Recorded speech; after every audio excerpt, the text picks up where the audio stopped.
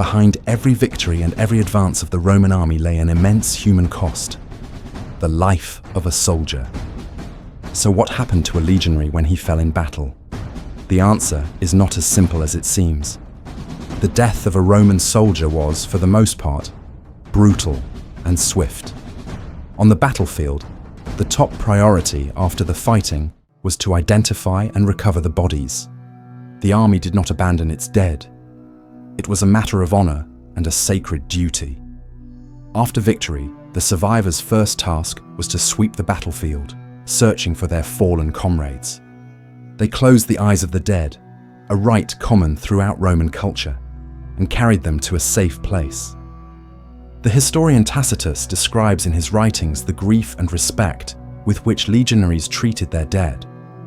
The body was counted to determine the exact number of casualties, vital information for commanders and for the government in Rome. After that, the ritual of a military funeral began. Roman funerals, what they called the pompa funebris, were very important ceremonies, and a soldier's funeral was a solemn, dignified version of that rite, even on a distant battlefield. Everything began with preparing the body. As soon as the soldier was recovered, he was washed, dressed in his finest clothing, and often adorned with his military insignia. The soldier's body was taken to a funeral pyre, rogus, built of wood and soaked with oil. Fire was a crucial part of the Roman rite, seen as a form of purification. His final journey was a solemn, silent procession. The legion's military standards, the eagles and the flags bearing the unit's symbols, were lowered in respect, and the soldier's comrades escorted him to the pyre.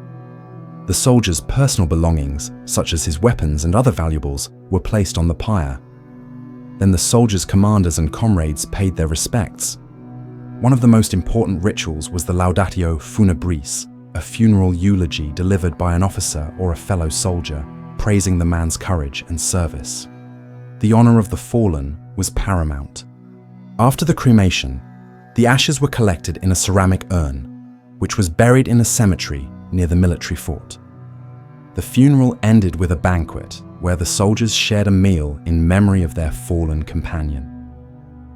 The Roman poet Virgil, in his work, speaks of the importance of honoring the dead, and for a Roman soldier that honor was bestowed by his brothers in arms. A Roman soldier's story did not end with his death. In fact, it was immortalized in stone. The military cemeteries that formed around forts became great cities of the dead, or necropoles, where thousands of soldiers rested. The gravestones of these soldiers are one of our greatest sources of information about life in the Roman army. They were simple, but they recorded crucial details: the soldier's name, his legion, his unit, his rank, his years of service, and the age at which he died. In some cases, the tombstone bore an image of the soldier and a brief epitaph, a final tribute to his life.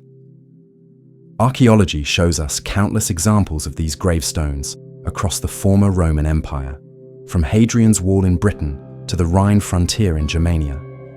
They are physical proof that, even in death, the Roman soldier was not forgotten. But what happened to a soldier's family when he died? The story is complex and changed over time.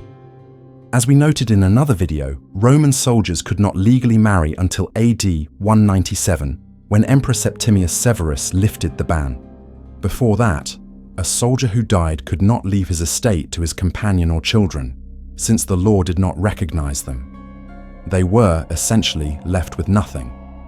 After Septimius Severus's reforms, the situation changed. A soldier's death now had legal consequences for his family. His wife and children were recognized and could receive a portion of his savings, called the peculium castrens, and, in some cases, a pension. The diploma militaris, a bronze plaque a soldier received upon retirement, also served as proof of citizenship for his family, an invaluable legacy they could use to secure their future. Much as the army honored its dead, there were exceptions. A soldier who died dishonorably, such as from desertion or treason, did not receive funeral rites. His body might be left unburied, which to the Romans was a disgrace upon the dead. Oblivion was the greatest punishment for a man's memory. Moreover, when Rome's enemies triumphed, brutality became the rule. Instead of allowing the Roman army to recover its dead, enemies often left the bodies on the field without a proper burial. To the Romans, this was a grave dishonor. The desecration of bodies was a form of psychological warfare. Mutilating or displaying corpses served as a warning and a humiliation for the enemy. The scene was so horrific that Roman historians themselves used it to illustrate their enemies' savagery. One of the most famous and shocking examples of this reality was the Battle of the Teutoburg Forest in AD 9, when 3 Roman legions were annihilated. Some years later, the general Germanicus came upon the site of the battle, where the bodies of Roman soldiers still lay scattered and the bones bleached, an awful sight he and his men would never forget.